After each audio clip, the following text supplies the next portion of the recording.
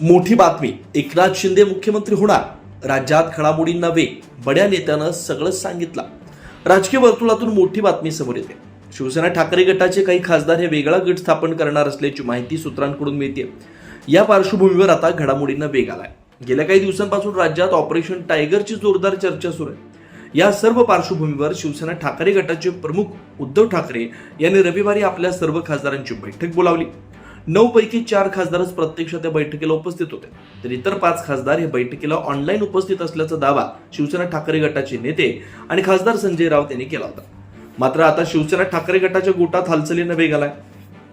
सूत्रांकडून मिळालेल्या माहितीनुसार शिवसेना ठाकरे गटाचे खासदार हे वेगळा गट स्थापन करण्याची शक्यता आहे. तसेच ते लोकसभा अध्यक्षांना त्या संदर्भात पत्र देखील देणार असल्याची माहिती सूत्रांकडून समोर आली आहे. एवढंच नाही तर शिवसेना ठाकरे गटाच्या खासदारांनी दिल्लीत शिवसेना शिंदे गटाचे केंद्रीय राज्यमंत्री प्रतापराव जाधव यांची देखील भेट घेतली आहे. त्यामुळे आता लवकर हे खासदार वेगळा गट स्थापन करणार असल्याची माहिती समोर येते आहे. संजय राऊत देखील तातडीनं दिल्लीला रवाना झालेत.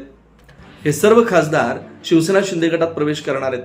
दरम्यान जर या 5 खासदारांनी शिवसेना शिंदे गटात प्रवेश केल्यानंतर शिवसेना शिंदे गटाची ताकद वाढणार आहे. तसेच अलीकडच्या काळात एकनाथ शिंदे यांच्या दिल्ली वाऱ्या देखील वाढल्यात. त्यामुळे या पक्षप्रवेशानंतर एकनाथ शिंदे हे राज्याचे मुख्यमंत्री होणार असल्याची चर्चा देखील सुरू आहे. यावर आता भाजप नेते सुधीर मुनगंटीवार यांनी प्रतिक्रिया दिल्या. या संदर्भात पत्रकारांनी मुनगंटीवार यांना प्रश्न विचारला. 5 खासदार आल्यानंतर एकनाथ शिंदे मुख्यमंत्री होतील असं वाटतंय का? ते देखील कधी अपेक्षा करत नाहीत.